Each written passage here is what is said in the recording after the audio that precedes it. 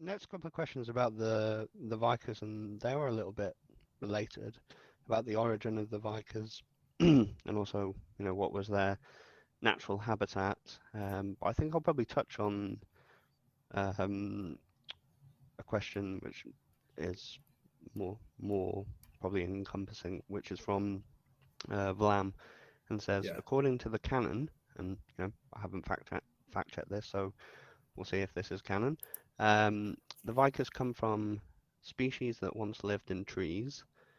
They still have a tendency to try and live in the air. Could you tell the community any more about the background of the species? sure. And we're going back.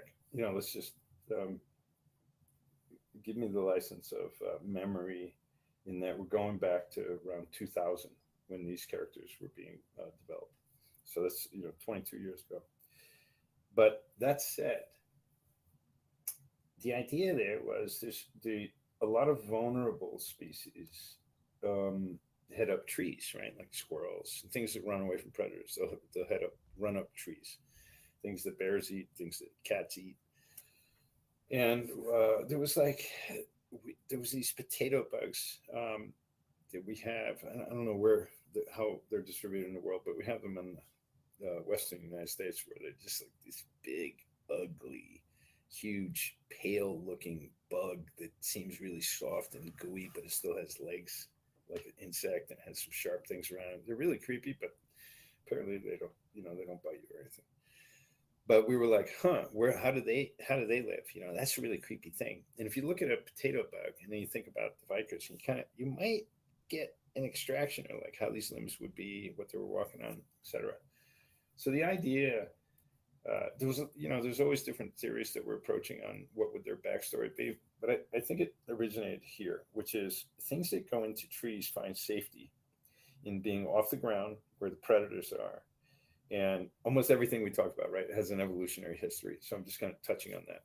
And there's a vulnerability, and then they don't have hard shells, they don't have big teeth, they don't have a lot of things going for them that would make them super predators. So they were usually just eaten by predators. So the Vykkers in their evolutionary ladder would have been this potato bug-like species that is pretty soft, pretty vulnerable, not very powerful, but they were growing big heads, they were growing big brains. And so where they found their lot in the civilization emerging was in more mathematical things, chemical things, chemistry, and they would sell those services like big pharma. And the idea then was that it was easier in their lineage. They just felt safer above the ground.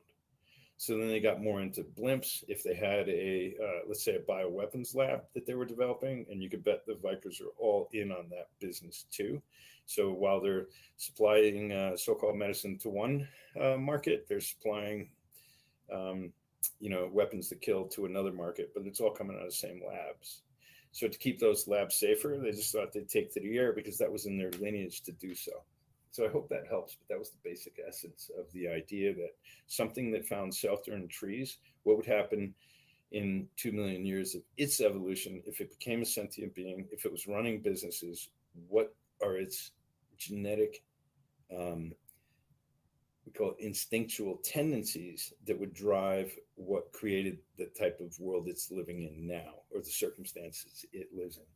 So I hope that sheds light on some of the Viking Yep. thinking. Yep, that's great. Thank you.